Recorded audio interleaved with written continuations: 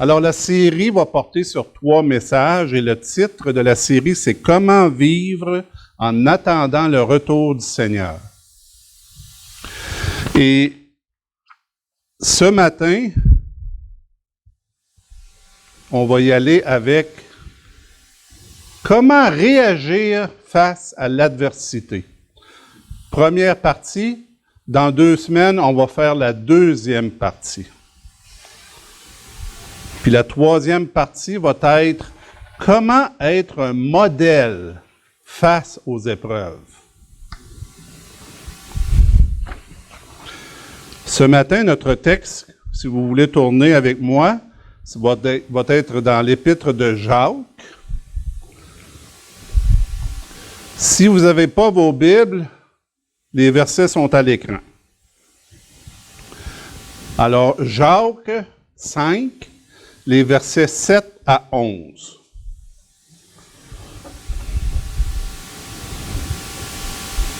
Soyez donc patients, frères, jusqu'à l'avènement du Seigneur. Voici, le laboureur attend le précieux fruit de la terre, prenant patience à son égard, jusqu'à ce qu'il ait reçu les pluies de la première et de l'arrière-saison. Vous aussi, soyez patients, affermissez vos cœurs, car l'avènement du Seigneur est proche. Ne vous plaignez pas les uns des autres, frères, afin que vous ne soyez pas jugés. Voici, le juge est à la porte.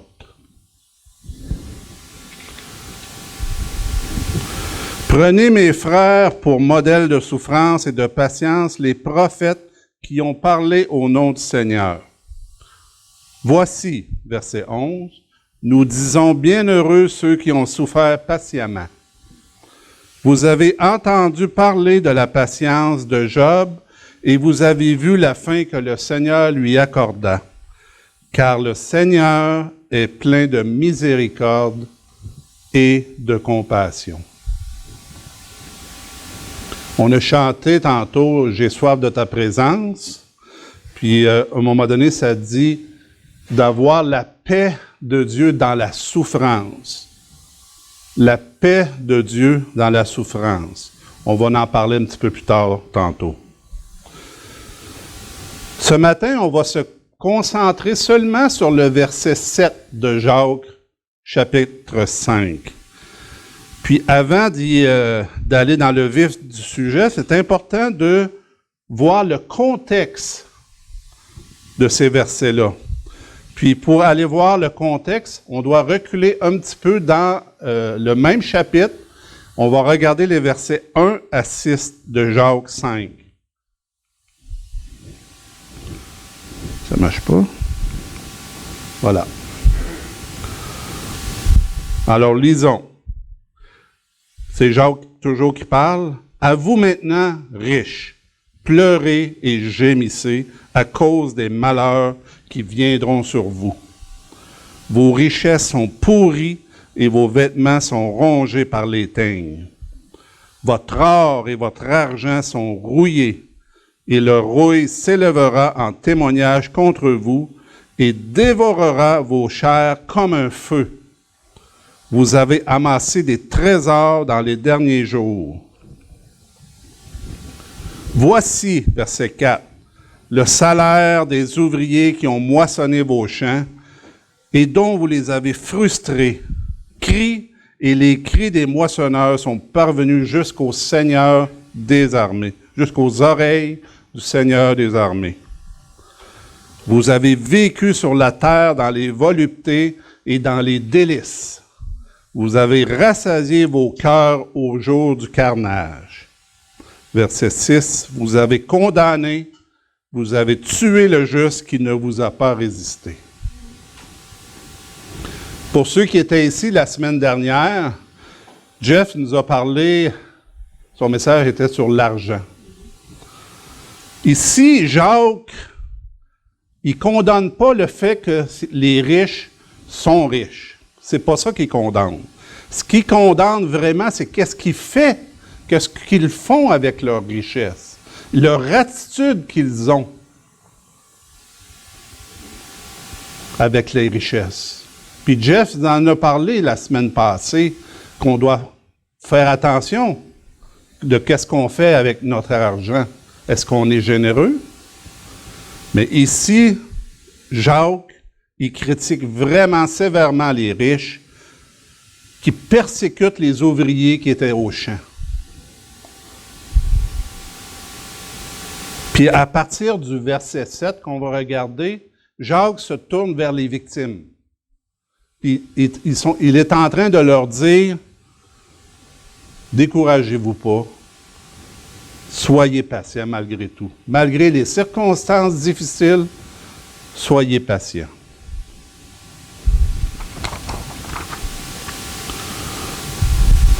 Ai-je besoin de vous dire qu'on vit avec des difficultés, qu'on vit des épreuves? Est-ce que j'ai vraiment besoin de vous dire ça? Je pense que tous ici, on sait que notre vie sur Terre n'est pas toujours facile. Job aussi l'a su, lui. Job, il l'a su. Puis regardez ce qu'il dit au verset 7 du chapitre 5. L'homme naît pour souffrir, comme l'étincelle pour voler. Ensuite, Jésus nous dit dans Jean 16, 33, c'est Jésus qui parle, « Je vous ai dit ces choses afin que vous ayez la paix en moi. Vous aurez des tribulations dans le monde, mais prenez courage, j'ai vaincu le monde. » J'aime beaucoup, beaucoup ce verset-là. Je trouve que c'est un verset que Jésus nous démontre de l'affection. Oui, mes amis, vous allez avoir des tribulations. Oui, vous allez souffrir, mais je veux vous donner ma paix. Ma paix qui surpasse toute autre paix. Puis il nous dit, prenez courage. Lâchez pas. Lâchez pas, frères et sœurs. Puis en préparant ce message, j'ai pensé à quelques-uns d'entre vous. Grace n'est pas ici ce matin. J'ai pensé à elle. Au Liban, elle a vécu des périodes extrêmement difficiles. Je ne sais pas s'il y en a qui le savent, là, mais son mari a été tué par une bombe au Liban. Puis je me regarde moi, puis à comparer, il n'y a pas vraiment eu de grosses épreuves comme elle a eu. Je regarde la famille de David, Arlene, ce qu'ils ont vécu au Nigeria. Leur vie était en danger, frères et sœurs, tout comme Grace. Leur vie était en danger. Je ne connais pas toutes les histoires de nos frères et sœurs des Philippines. Je ne sais pas, je sais qu'aux Philippines, c'est pas évident non plus. En Chine, c'est pas facile. Puis je me regarde, moi, ici au Québec, mes épreuves sont... à comparer, c'est minime. Alors Jean nous dit, c'est Jésus qui nous dit, il nous avertit que oui, on va avoir des épreuves. On va souffrir.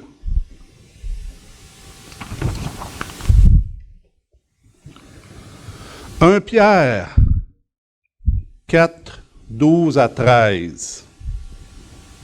Mais bien-aimés, ne trouvez pas étrange d'être dans la fournaise de l'épreuve, comme si vous arrivait quelque chose d'extraordinaire. 13. Réjouissez-vous, au contraire, de la part que vous avez aux souffrances de Christ, afin que vous soyez aussi dans la joie et dans l'allégresse lorsque sa gloire apparaîtra. Oui, on va souffrir. Oui, on va avoir des épreuves. On va avoir des tribulations. Ça ne sera pas toujours facile. Puis la parole nous dit On ne devrait pas être surpris de cela. Alors, si on sait tout ça, si on sait que oui, sur la terre, ça ne sera pas facile, on va avoir des bouts que ça sera pénible, alors j'ai une question pour vous. Quelle sera ton attitude face à cela? Comment devrait être notre réaction? Est-ce que ça va être ça, notre réaction? En colère. Est-ce qu'on va réagir en colère? Est-ce qu'on va réagir de façon impatiente? Est-ce que ça va être notre réaction? Ou bien, est-ce qu'on va bouder Dieu? Ben là, Seigneur, là, j'en ai assez. C'est assez, les épreuves, là, c'est trop, là. Est-ce qu'on va pleurnicher? Est-ce qu'on va critiquer? Est-ce que c'est ça qui va être notre attitude? J'espère que non. Mais je vous confie que ça m'arrive, moi, ça. Ça m'arrive.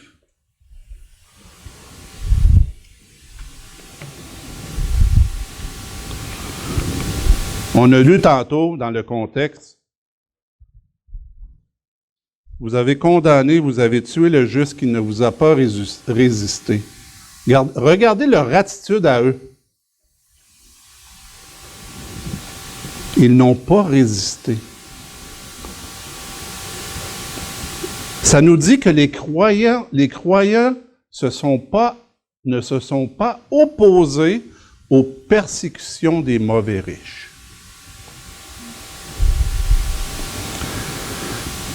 Ça m'a fait penser à Yves. Si vous vous souvenez bien, Yves, il y a quelque temps, a eu à faire face à des difficultés avec d'autres détenus. Puis Yves, c'est des lits superposés.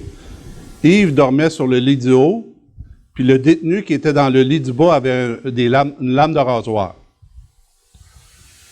Yves n'arrivait pas à dormir, évidemment. On lui a même aspergé du désinfectant dans le visage.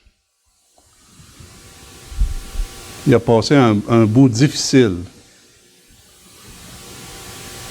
Mais Yves n'a pas résisté, s'est pas vengé, a gardé son calme. Puis ça, pour moi, c'est un témoignage, c'est un modèle. Parce que je ne suis pas certain que j'aurais réagi de la même manière. Je ne suis pas certain du tout. Puis on croit vraiment que Dieu a intervenu dans la vie de Yves à ce moment-là. Nous, on croit vraiment cela, parce que c'est presque inhumain. Pensez juste à Job. C'est inhumain ce qu'il a vécu.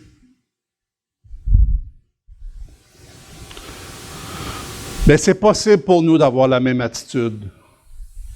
Mais je vous mets en gros caractère grâce à Dieu. Grâce à Dieu, c'est possible. On a besoin de l'aide de Dieu. Jésus lui-même, dans 1 Pierre, regardez ce qu'il est écrit, comment Jésus a l'attitude qu'il a eue face à l'oppression. Injurié ne rendait point d'injure. Maltraité ne faisait point de menace, mais s'en remettait à celui qui juge justement. Les ouvriers dans Jacques ont eu la même attitude que Jésus. Ils ont eu la bonne attitude. Est-ce que nous aurions la même attitude?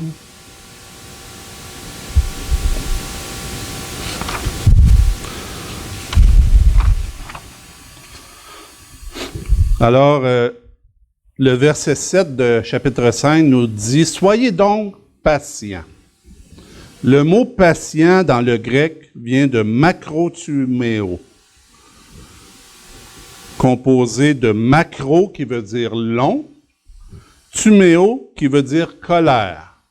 Alors, ça donne le mot lent à la colère. Alors, le verset pourrait être soyez lents à la colère. Et dans les prochaines semaines, on va voir que le mot patience au verset 11 n'est pas le même mot dans le grec. Le mot patience qu'on voit ce matin, en passant mon grec, Jerry, il n'est pas très bon, là. Makrotuméo signifie la patience devant des gens difficiles. Puis on va voir lors du troisième message, l'autre mot patience qui est hypomoné, qui veut dire l'acceptation de patience, l'acceptation patiente des circonstances éprouvantes. Ce n'est pas le même mot. Et la définition du dictionnaire pour le mot patience, c'est vertu permettant de supporter avec résignation les difficultés, la douleur. Je vais le répéter. La définition.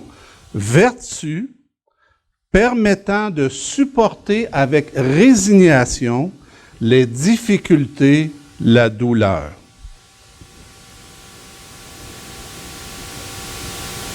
On peut le mettre pour les deux différents types de patience qu'on voit là. Supporter les gens difficiles, puis supporter lorsqu'on est dans l'épreuve avec des situations particulières. Est-ce que vous êtes patient avec des gens difficiles? Puis qu'est-ce qui arrive lorsqu'on perd patience?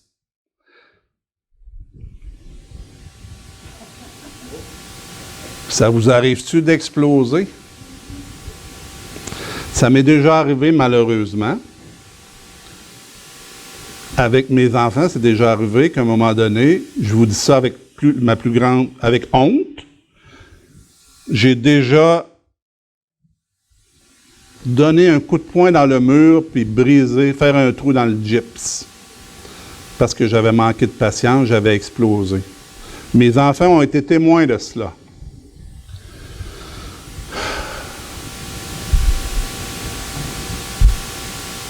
Lorsque je me suis calmé, quelques heures plus tard, puis là, je dis pas ça là, pour m'élever, là, j'ai fait une réunion de famille. Et j'ai demandé pardon à tous ceux qui étaient là, tous mes enfants, incluant mon épouse. Les enfants se souviennent de cela encore. Quand vous explosez, quand vous perdez patience, quand vous faites du mal à quelqu'un qui vous est proche, dans le fond, c'est avec tout le monde, là, mais spécialement avec vos proches, demandez pardon. Parce que vous êtes dans l'erreur. J'étais dans l'erreur. J'ai perdu les pédales, j'ai explosé.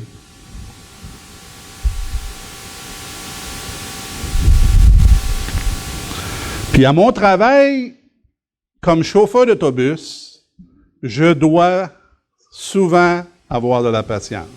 Il y a des gens qui ne sont pas faciles. Puis comme j'ai dit tantôt, je prie à ce moment-là, puis je demande l'aide de Dieu.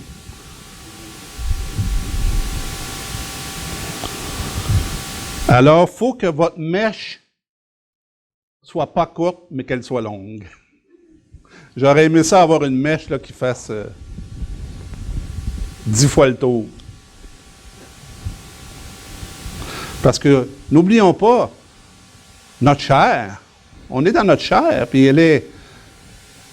Notre vieille nature refait surface. Souvent, on lutte avec cela. Est-ce qu'il y a juste moi qui lutte avec ça?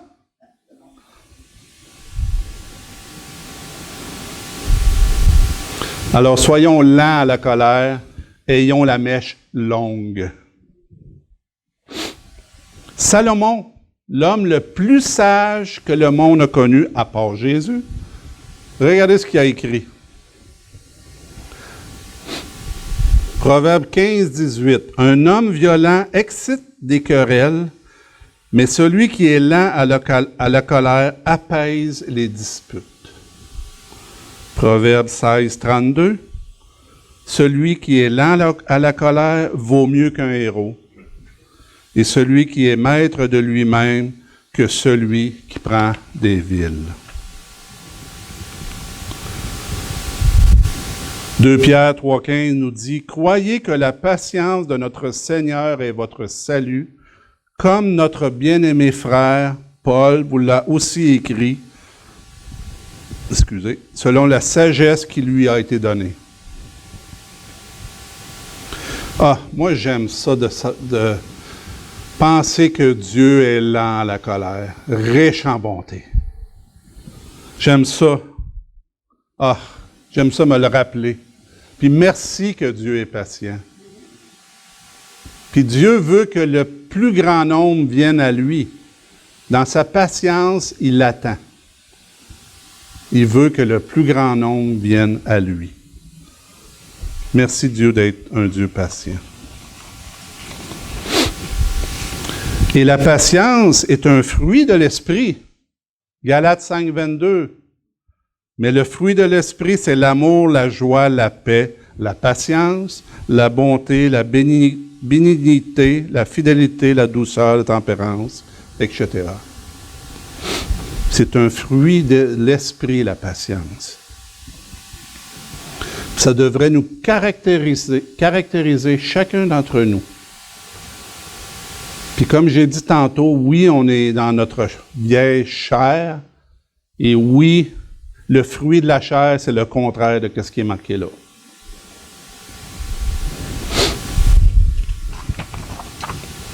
Ensuite, on continue dans le verset 7. « Soyez patients jusqu'à l'avènement du Seigneur. » Combien de temps il faut être patient? Tout le temps. Tout le temps. Toute notre vie. À moins que Jésus revienne avant qu'on meure. C'est intéressant parce que Jacques, à 3 reprises, dans les versets 7, 8, 9, il fait allusion à l'avènement du Seigneur. Il met l'emphase. Pensez-vous que c'est important?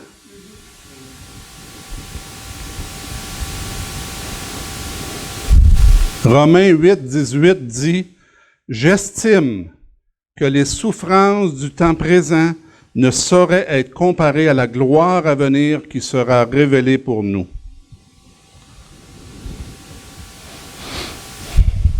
Vous vivez des difficultés ces temps-ci? Ça va mal? Ce qui s'en vient va être beaucoup mieux.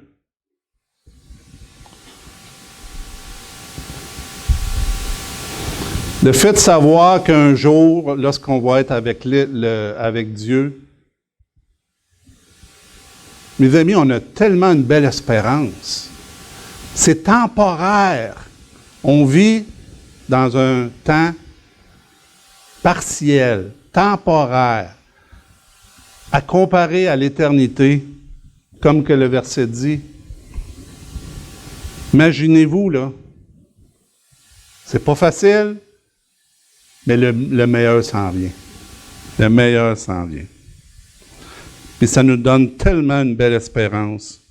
Spécialement quand on vit dans l'épreuve. Quand ça va pas bien, là, appuyez-vous sur cette espérance-là. OK, c'est temporaire. C'est temporaire.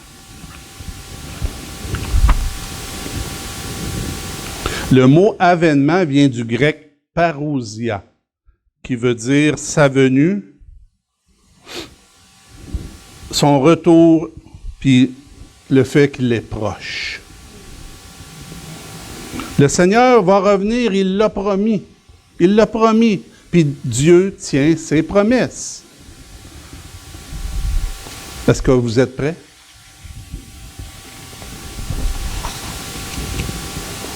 Chaque chrétien devrait vivre dans l'espérance de l'avènement de Christ.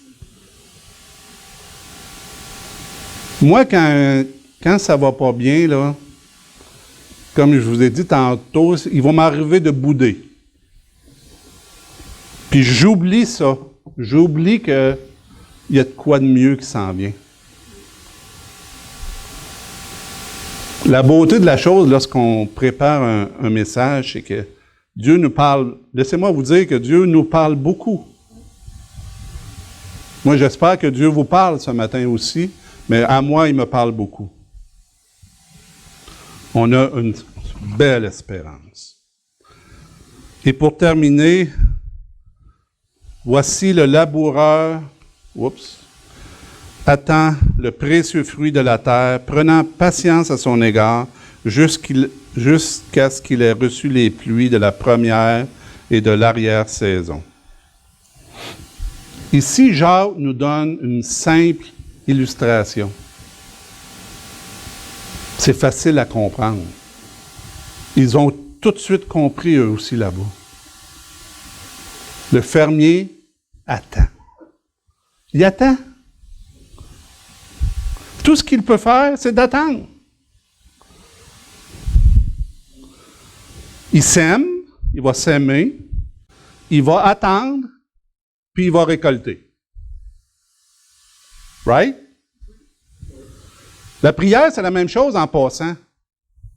Tu demandes, tu attends, puis tu reçois.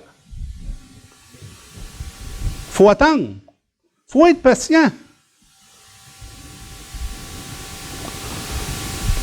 Puis concernant les pluies de la première et l'arrière-saison, il faut comprendre qu'en Israël, les pluies de la première saison arrivent en octobre et novembre. Puis les pluies de l'arrière-saison arrivent en mars et avril. Puis ensuite vient la récolte. Alors, il y a 8 mois d'attente que le fermier, il n'y a rien qu'il peut faire. Attends. Êtes-vous patient? Tout comme le cultivateur attend patiemment que tombent les pluies de la première et arrière-saison, les chrétiens doivent attendre patiemment le retour du Seigneur.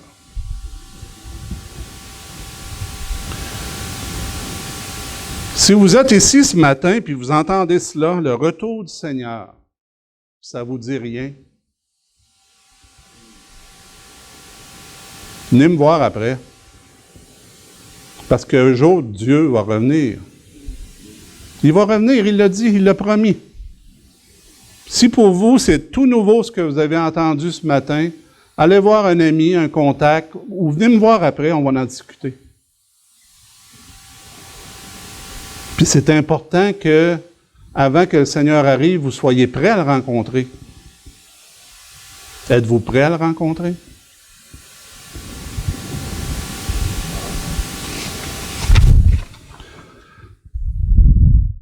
Je termine avec la conclusion. Premièrement, demandons l'aide de Dieu face à des gens difficiles.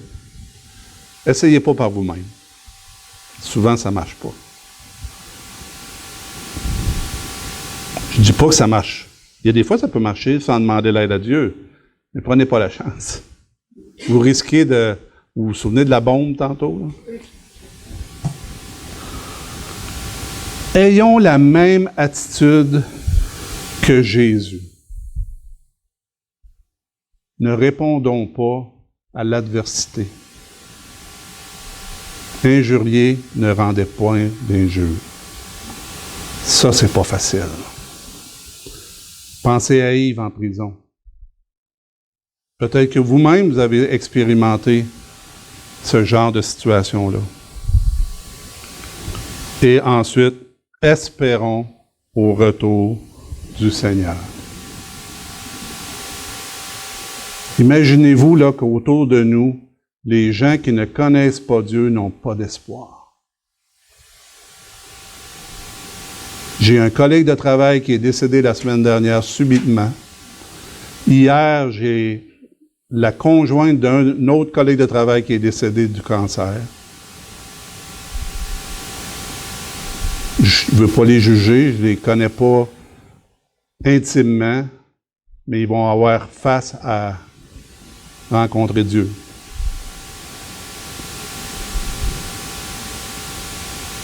Merci que Dieu s'est révélé à nous. Merci que Dieu nous a sauvés. Puis merci pour cette belle espérance. Prions.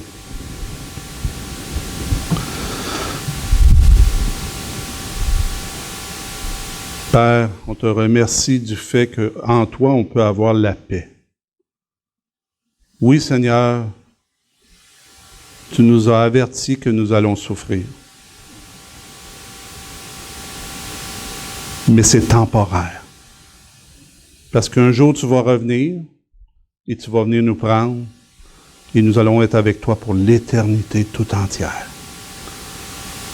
Plus aucun pleur, plus aucune maladie, plus aucune souffrance dans un monde parfait. Aide-nous, Seigneur, à vraiment s'appuyer sur toi dans toutes les circonstances de nos vies et aide-nous vraiment à être des chrétiens patients envers les gens qui peuvent être difficiles, Seigneur. On a besoin de ton aide. Au nom de Jésus. Amen. Merci.